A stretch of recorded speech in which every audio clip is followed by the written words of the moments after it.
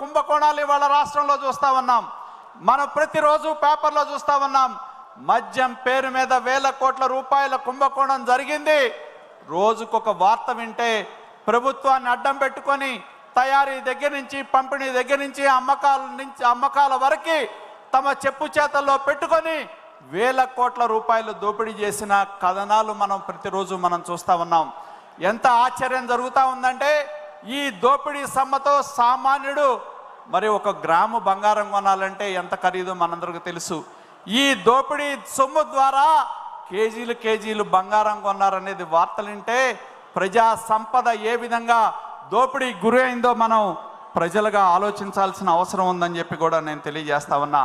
ప్రజలు ప్రాణాలు పోయినా పర్లేదు, ఆరోగ్యాలు పోయినా పర్లేదు, మాకు దోచుకున్న సొమ్మే ముఖ్యమని చెప్పి మద్యం పేరు మీద వేల కోట్ల రూపాయల దోపిడీ ఈ రాష్ట్రంలో జరగటం మనం చూడటం జరిగిందని చెప్పి నేను తెలియజేస్తా ఉన్నా. అలాగే ఇవాళ ప్రభుత్వాన్ని అడ్డం పెట్టుకొని ప్రభుత్వంలో ఉన్నవాళ్ళు ప్రకృతి సంపద సహజ వనరులను దోపిడీ చేయటం జరిగింది. మనం చూస్తా ఉన్నాం. ఇసుక దోపిడీ అనేది సామాన్యుడికి ఇసుక అందకుండా చేసి దాన్ని తాము కావాల్సిన కంపెనీలు కట్టబెట్టి వేల కోట్ల రూపాయలు దోపిడీ ఏ విధంగా చేశారో మనం చూడటం జరిగిందని చెప్పి నేను తెలియజేస్తా ఉన్నా. దానివల్ల ఆంధ్రప్రదేశ్ రాష్ట్రంలో నిర్మాణ రంగం కుదేలైంది. వేలాది మంది దాని మీద ఆధారపడ్డ కార్మికులు ఉపాధి కోల్పోయిన పరిస్థితి మనం చూడటం జరిగింది. మళ్ళీ మన ప్రభుత్వం వచ్చిన తర్వాత సరళీకృత విధానాన్ని తీసుకొచ్చి అతి తక్కువ ధరలో ప్రజలకి ఇసుకని అందుబాటులో తీసుకొచ్చిన ప్రభుత్వం మన ప్రభుత్వం అని చెప్పి కూడా నేను తెలియజేస్తా ఉన్నా. అదేవిధంగా కాదేది అవినీతి కనర్హం అన్నట్టు గత ప్రభుత్వం పేదల ఇళ్ల పట్టాల్లో దోపిడీ చేసింది, మెరకల్లో దోపిడీ చేసింది. ప్రతి అంశంలో కూడా ప్రతి స్కీమ్ పేరుతో స్కాముల్ని గత పాలనలో మనం చూడటం జరిగిందని చెప్పి నేను తెలియజేస్తా ఉన్నా. రైతుల రుణాల పేరుతో దోపిడీ చేశారు. అలాగే అమరావతి రాష్ట్ర రాజధాని అని చెప్పి రైతులు నమ్మి వేల ఎకరాలు ఇస్తే 3 రాజధానులు అని చెప్పి వేల కోట్ల రూపాయలు అక్కడ పెట్టిన నిర్మాణాలని నిరర్ధక ఆస్తులుగా గతంలో మార్చడం జరిగింది. అలాగే ఏదైతే పోలవరం మనం చూసామో పోలవరంలో కాంట్రాక్టర్ని మార్చడం మూలాన 1 సంవత్సరం ప్రాజెక్ట్ ఆగటం మూలాన వేల కోట్ల రూపాయల ఆర్థిక భారం ఇవాళ రాష్ట్రం మీద పడింది. ఆనాటి పాలకులకి రాష్ట్ర ప్రయోజనాల కంటే స్వప్రయోజనాలే ముఖ్యం, దోపిడీ అనే ముఖ్యం అని చెప్పి పాలన కొనసాగించడం జరిగిందని చెప్పి నేను తెలియజేస్తా ఉన్నా. ప్రభుత్వ వ్యవస్థలు అనేవి సొంత అవసరాల కోసం వాడుకున్నారు. రాజకీయ కక్ష సాధింపుల కోసం అధికారులను వాడుకున్న విషయాన్ని గుర్తుంచుకోవాల్సిన అవసరం ఉంది. ప్రజాస్వామ్య వ్యవస్థల్ని స్ఫూర్తిని సర్వనాశనం చేయటం జరిగిందని చెప్పి నేను తెలియజేస్తా ఉన్నా.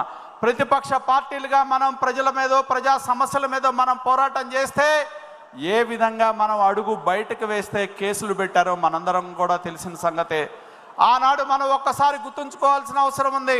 రాష్ట్రంలో ప్రజల సమస్యల మీద పోరాటానికి మన నాయకుడు అడుగు బయటకు వేయటానికి వెళ్తే చివరికి మన నాయకుడు ఇంటికి ఆ రోజున పోలీస్ వ్యవస్థ ద్వారా తాళ్లు కట్టిన విషయాన్ని ఇప్పటికీ మన కళ్ళ ముందు మెదులుతా ఉందని చెప్పి నేను తెలియజేస్తా ఉన్నా. అధికారం ఉందనే అహంకారంతో ఆనాడు మంత్రులుగా ఉన్న వ్యక్తులు జోగి రమేష్ లాంటి వాళ్ళు ఎక్కడి నుంచో వచ్చి ఏ విధంగా దాడి చేశారో మన కళ్ళ ముందు ఇవాటికి సజీవ సాక్ష్యంగా ఉందని చెప్పి కూడా తెలియజేస్తా ఉన్నా.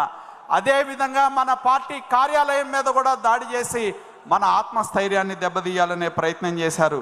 అదే కాదు, ఈ వేదిక మీద ఉన్న చాలామంది నాయకులు ఏవైతే ప్రజల తరపున పోరాటం చేసిన వ్యక్తులు ఉన్నారో, తెలుగుదేశం పార్టీ తరపున క్రియాశీలకంగా ఉన్న నాయకులు ఉన్నారో, ఒక కొల్లు రవీంద్ర కావచ్చు, ఒక అచ్చెన్నాయుడు గారు కావచ్చు, ఇటువంటి అయ్యన్న పాత్రుడు కావచ్చు, ఇటువంటి వాళ్ళ అందరి మీద అక్రమంగా అరెస్ట్ చేసి రోజుల తరబడి జైల్లో పెడితే ఒక్కటి గుర్తుంచుకోవాల్సిన అవసరం ఉంది.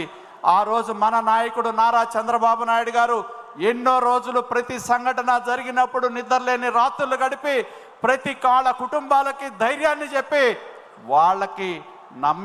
వాళ్ళకి ఆత్మవిశ్వాసాన్ని కల్పించి మరి నిలబెట్టే విధంగా చేశారు.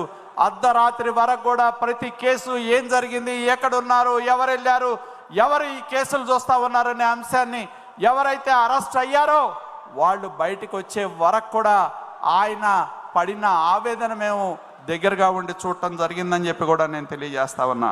మరి అటువంటి పాలన మనం గత 5 సంవత్సరాల్లో చూసాం. నోరు విప్పితే ప్రాణాలు